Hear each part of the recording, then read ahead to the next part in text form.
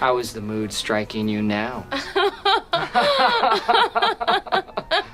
Can this dweeby 40-year-old virgin played by Steve Carell really seduce this hot girl working at a bookstore? Well, in Hollywood, anything's possible. Let's break down the scene and see if we can learn how to seduce women like Steve Carell. That's just so weird to say. The problem most men have is they just plain straight up have no clue how to talk to women. Just ask questions, okay? That's it. Because women do not care about what you have to say at all, anyway, you know? And all they want to do is talk about themselves. So you're just gonna let them do that, okay? Yeah, that's kind of true. I mean, when you approach a woman, she doesn't really care about you because she doesn't know you. So, and you're the one approaching her, so yeah, you should be inquisitive of her.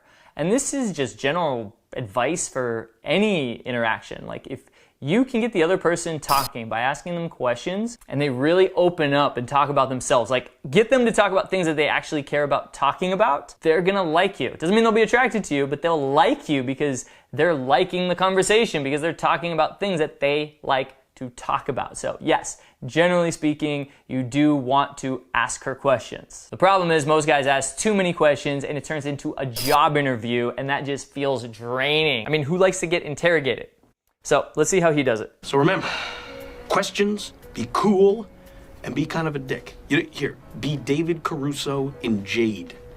Again, he's not that far off base. Obviously, you want to be cool, you want to be calm.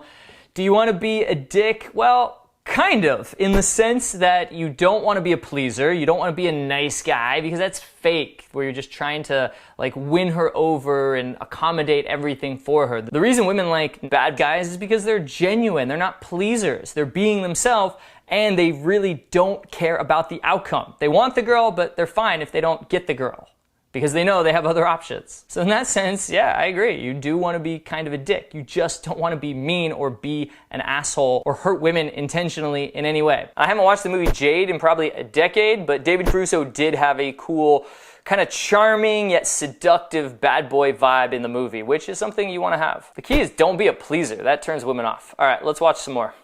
Okay, I know exactly what you're talking about. You do, that's good. Oh, there she is. I like how she's bored. Go plant that seed, man. Plant it with your finger. I love that. Plant it with your finger. What does that even mean?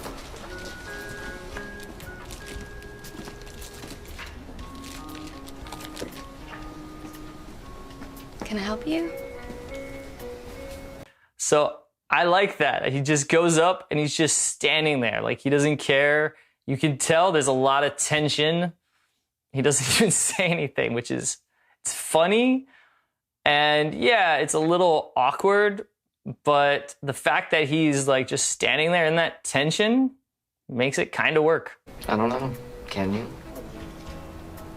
Are you looking for something? Is there something I should be looking for? Oh, we have a lot of books, so maybe it depends on what you like. What do you like? I love this because he's really taking his time. I mean, he's overdoing it a little bit, but literally 99% of my clients, when they first come on a boot camp and they're going up and approaching women, they talk way too fast. They say, "Hi, I just saw you here. I thought you were really cute. I just wanted to come over and say hi. Hi, my name is Matt. What's your name?" And it's like Speedy Gonzalez.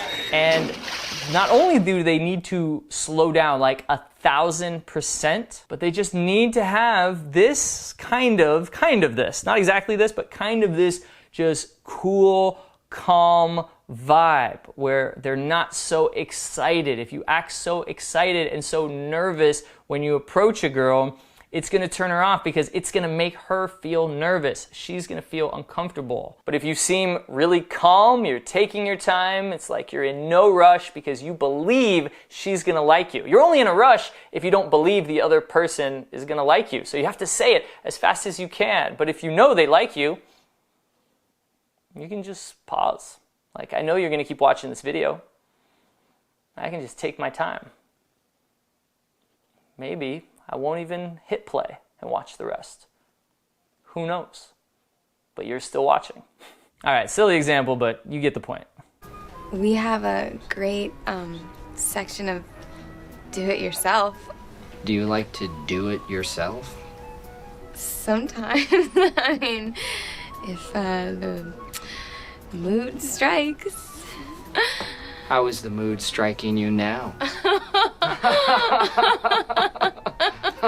Okay, that laugh is no good. It sounds totally fake and weird because he doesn't really know what to do. He's being fake and a little weird, but the sexual innuendo is great.